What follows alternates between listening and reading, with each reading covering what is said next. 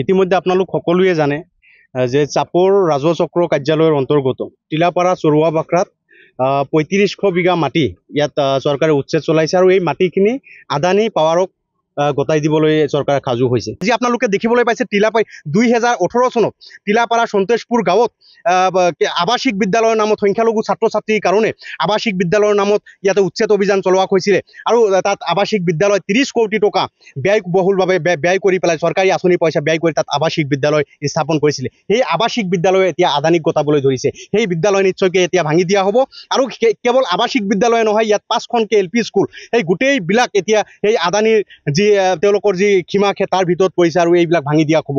গতিকে আমাৰ কথাটো অতি স্পষ্ট যে আৱাসিক বিদ্যালয়ৰ নামত যে 130টা পৰিয়ালক যে উচ্ছেদ কৰা হৈছিল সেই পৰিয়ালসমূহক আকৌ উচ্ছেদ কৰা হ'ব আৰু ইয়াৰ পৰা তেখেতসকলক ইয়াৰ পৰা বেলেগ ঠাইলৈ সেই বজ্ৰালগা পাঠটোলৈ লৈ যোৱাৰ ব্যৱস্থা কৰা হ'ব।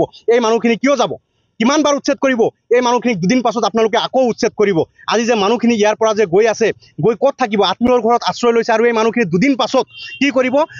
আন এটা ঠাইত চাপৰ চাৰ্কুলৰ নিশ্চয় আন এটা ঠাইত চৰকাৰী মাটিত আকৌ থাকিবলৈ ল'ব। গতিকে এনেকৈ মানুহবিলাক উচ্ছেদ কৰিব আপোনালোকে বাৰে বাৰে। মানুহখিনি এনেকৈ ষড়যন্ত্ৰৰ বলি হ'ব। ইয়াত ৰাজনৈতিক অভিসন্ধি আছে।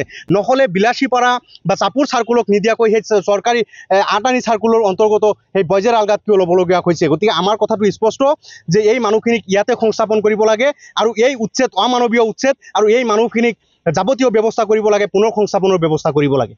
2018 চনত এই সন্তোষপুৰত 130 ঘৰ পৰিয়ালক উচ্ছেদ কৰি ইয়াত আৱাসিক বিদ্যালয় স্থাপন কৰা হৈছিল। কিন্তু আজি 5-7 বছৰেও এই আৱাসিক বিদ্যালয় মুকলি নহ'ল, পাঠদান নহ'ল। প্ৰথম কথা। দ্বিতীয় কথা হ'ল যে যিসকল মানুহক উচ্ছেদ কৰা হৈছিল 18 চনত তাৰে 17 ঘৰ পৰিয়ালক 2003 আৰু 2005, 2007 চন আবণ্টন দিয়া হৈছিল। কিন্তু তাৰ পিছতো এইবাৰ আকৌ সেই সন্তোষপুৰ এলেকাত সেই আৱাসিক বিদ্যালয় উচ্ছেদ কৰা হ'ব বুলি জাননী দিয়া হৈছে।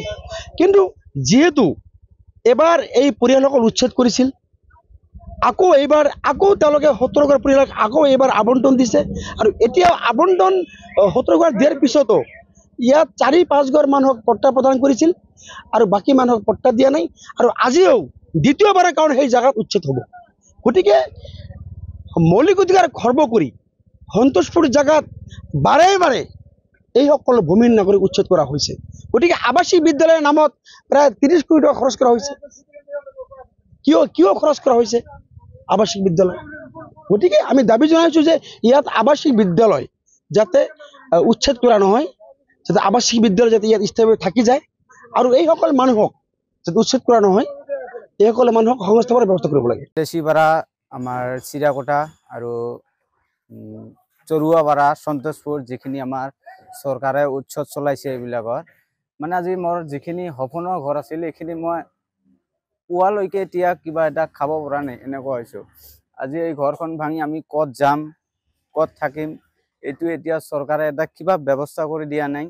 মোৰ এটা অনুৰোধ, যিবিলাক আমাৰ উচ্ছেদ চলিছে ঘৰবিলাক, যিমান ঘৰ আছে এইবিলাকৰ ঘৰ কিবা এটা বেলেগ ঠাইলৈ চৰকাৰক এটা স্থাপন দিয়াৰ কাৰণত মই চৰকাৰক এইটোৱে অনুৰোধ জনাইছোঁ। আজি ল'ৰা ছোৱালী সৰু আজি ভালকে এতিয়াৰ পৰা কিছুমান ল'ৰা ছোৱালী এতিয়া মাক দেউতাক যে কিবা এটা ৰান্ধি খুৱাব এইখিনিও টাইম পৰা নাই। কিবা কাৰণত যদি আমি ভাঙিব নোৱাৰোঁ, JCB আনি ইয়াত লগাই দিব। আজি আমাৰ অসমত এনেকুৱা এটা পৰিস্থিতি আহিব বুলি মই কেতিয়াও ভবা নাছিলোঁ। আজি আমাৰ হিমন্ত মামাক কৈছোঁ, মামা আপোনালোকৰ যেনেকৈ হওক যিবিলাক ঘৰ ভাঙিছে এটা ভাল এটা স্থাপন দিয়াৰ কাৰণত মোৰ এইটোৱে অনুৰোধ। আপুনি বিচৰা বাতৰি পাব কেৱল News 18 এপত। News 18 এপ ডাউনলোড কৰিবলৈ স্কেন কৰক এই QR কোড। Google Play Storeতো পাব এই News 18 এপ।